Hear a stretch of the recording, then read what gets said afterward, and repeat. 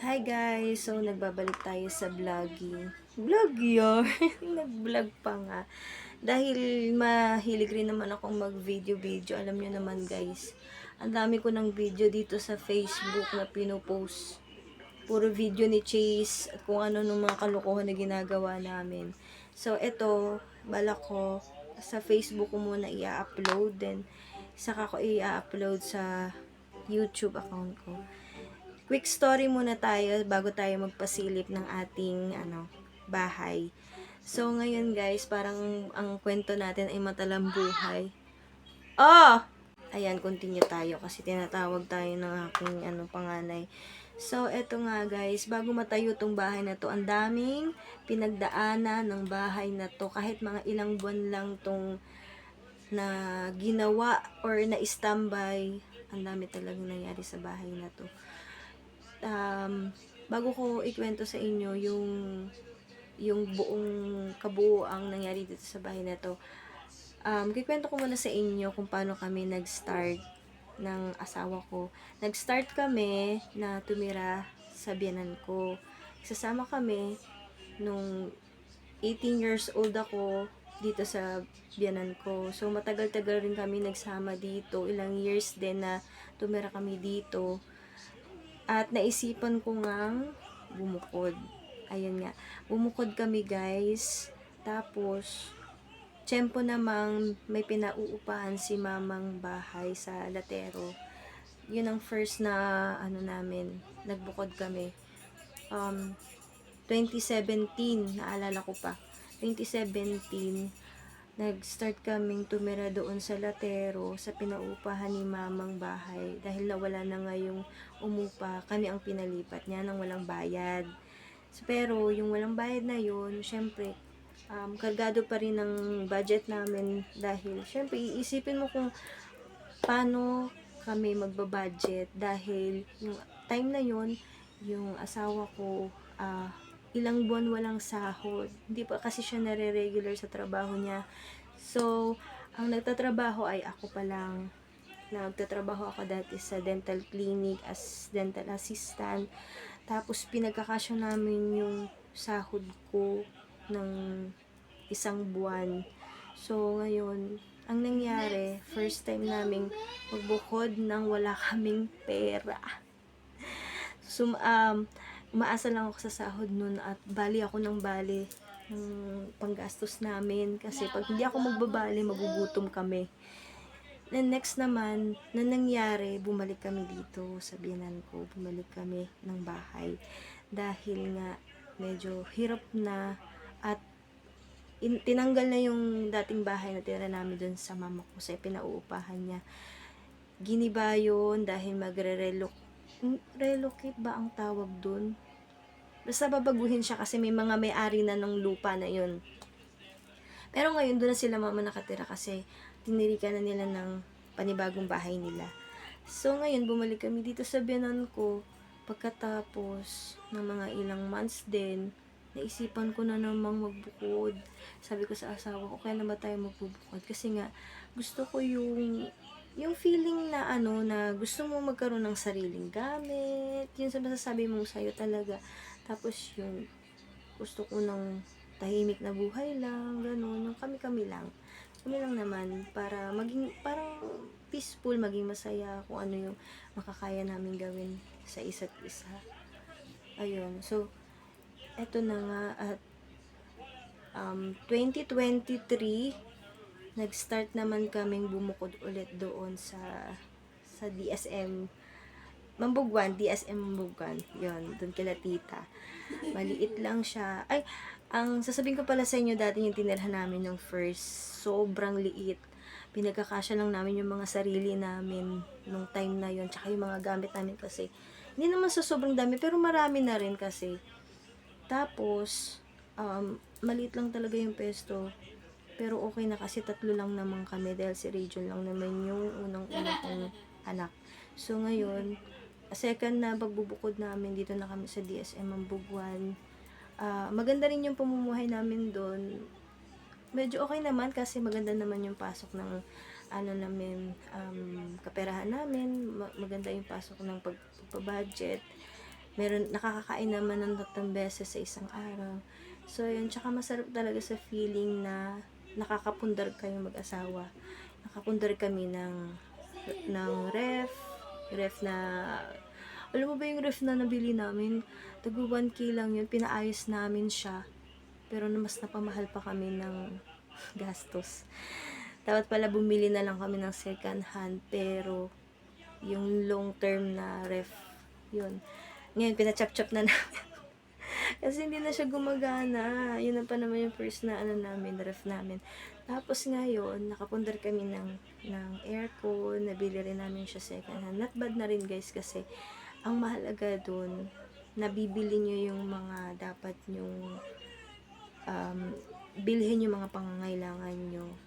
Tapos, nakapundar kami ng washing machine. Tapos, marami na, kaya sobrang dami na ng gamit namin bago kami maglipat dito sa bago naming bahay. Ngayon, yung bagong bahay namin, naisipan namin na magtayo ng bahay dito sa may garahe para magkakasama kaming lahat ng biyanan ko. Nagpatayo kami at kaya nag-start to dahil sa biyanan kong lalaki, nag-decide siya na siya muna ang magpapagawa nito. So, ayun na, nagawa na tong bahay na to. And then, na-stumble siya ng mga ilang buwan kasi nga naubos yung budget nila. So, hati-hati kasi. Yan. Ngayon, ang nangyari, hindi na pagpatuloy kasi wala rin masyadong tao na nagtatagal talaga sa pagkukonstruction. Halos lahat umaalis. Hindi ko alam kung ano dahilan, kung napapagod ba sila o gusto ba nilang magkapera, hindi ko alam. Siguro napapagod na sila. So, ayun, December, nag-decide kami na ipagawa ulit siya dahil nagkaroon kami ng blessing. So, kinuntinue namin ipagawa hanggang etong January. Pinatapos talaga namin para makatira na kami, para wala na kaming gagastusin. Ang gagastusin na lang namin ay sa kuryente. Ayun, sa kuryente na lang. Kaya napatayo namin tong bahay na to. Worth it, at kahit nakakapagod, ang daming nangyari dahil nagsialisan yung mga manggagawa. Halos ako lang talaga yung tipong tumutulong na ako para lang matapos. Yun. Nagpipintura, lahat ginawa ko. Tumulong ako sa pagpipintura kasi isa na lang yung natira. Yung biyayo ko na lang yung nag-continue ng bahay na to. So, tinulungan namin siya magpintura. Halos kahit yung mga sahig dyan, ako na rin nag-grout, yun. Para lang matapos at malipatan na. Kaya eto na guys, papakita ko na sa inyo ang aming bahay. Hindi pa siya gaanong totally talagang maayos, pero okay na kasi natirhan na namin siya. Eto na guys, pakita ko na sa inyo. So eto na guys, ito ang aming main door. Pintana, may sabit-sabit. may paminta, bili na kayo dyan guys. Ayan, papasilip tayo sa ating bahay. Ito na siya guys. Ito na ang aming bahay. Hindi pa gaanong hindi pa gaanong maayos, pero okay na. Dahil natitirahan na namin siya. Yan, pinatay ko muna yung niluluto ko at baka masunog. So, eto na. Dito yung aming mga shoes. Tingnan nyo, gugulo pa dahil wala pa kaming maayos na lagayan ng sapatos. Dito muna sila pansamantala. So, eto naman yung aking mga product. Dito ko nilagay yung aking mga items. Then, yung mga sari-sari store ko nung naiwan ko doon sa dati naming inuupahan. Tapos, ito yung aming lababo.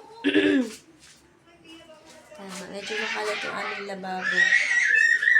Yung tiles niyan, dahil kinapos kami sa budget, yung tiles niyan, iba-iba na lang. Tapos, ito, yung mga aming gamit. Tapos, this is our first dog. Ayan, si Cassie. Ito ang aming doggy. Love, love. Hi, love, love. Ayan, meron na kaming aso. Nagkaroon kami ng aso noong August 2. August siya dumating sa bahay namin, guys. Na dati, ayoko ng aso. So, ngayon, nagustuhan ko siya kasi super cute kahit maitim. Ayun, no? Super cute yan kahit maitim yan. Tapos dito kami kumakain. Guys, yung aming dirty kitchen, ayan, hindi pa siya naka-tiles. Pero kapag magkaroon ulit ng budget, papatiles namin yan. Pasamantala munang ganyan yan. Hindi naman yan importante kasi ano naman yan kusina. Tapos syempre, dito yung banyo, hindi ko napapakita at baka madumi. So, eto. Dito naman tayo sa ating kwarto. Nanonood sila ng vlog sa account ko. Ayan, o. Pinapanood nila yung vlog. Vlog namin yan. Vlog yan. Ingay nyo. Aking mga anak. Aming kwarto. Ito yung aming sala. Ayan, maliit na sala. Ayan. Maliit na sala. Nagtupi pa ako. Tapos dito naman ang aming second kwarto. Repolyo na may ano. Ito, dito yung kwarto. Uy! Ano yun? Parang may parang kakaiba yun ah. Okay, medyo magulo. Ang dami naming cabinet. Oh, ito pala yung... Sa aming kwarto. Ayan. Ang kwarto. Maliit lang siya, guys. Pero okay lang. O, diba? Ang saya. Saya magkaroon ng sariling bahay. Walang ko ng English natin yun. Nanonood sila ng vlog. Kiss, Papa. Kiss. Daddy man, daddy. Daddy man. Lipi, pero ang taba pa rin. So, daddy man. Gata ko pa rin. Hindi Ayan, guys. Nakita niyo na ang aming bahay, guys. Ewan masyado. Lupat na. Ayan, guys. Napanood nyo ba? Sana ma-inspire kayo sa aking kwento. Mananatalang buhay. Manatalang buhay. Maalaala mo kaya. Ayan, guys. Thank you for watching.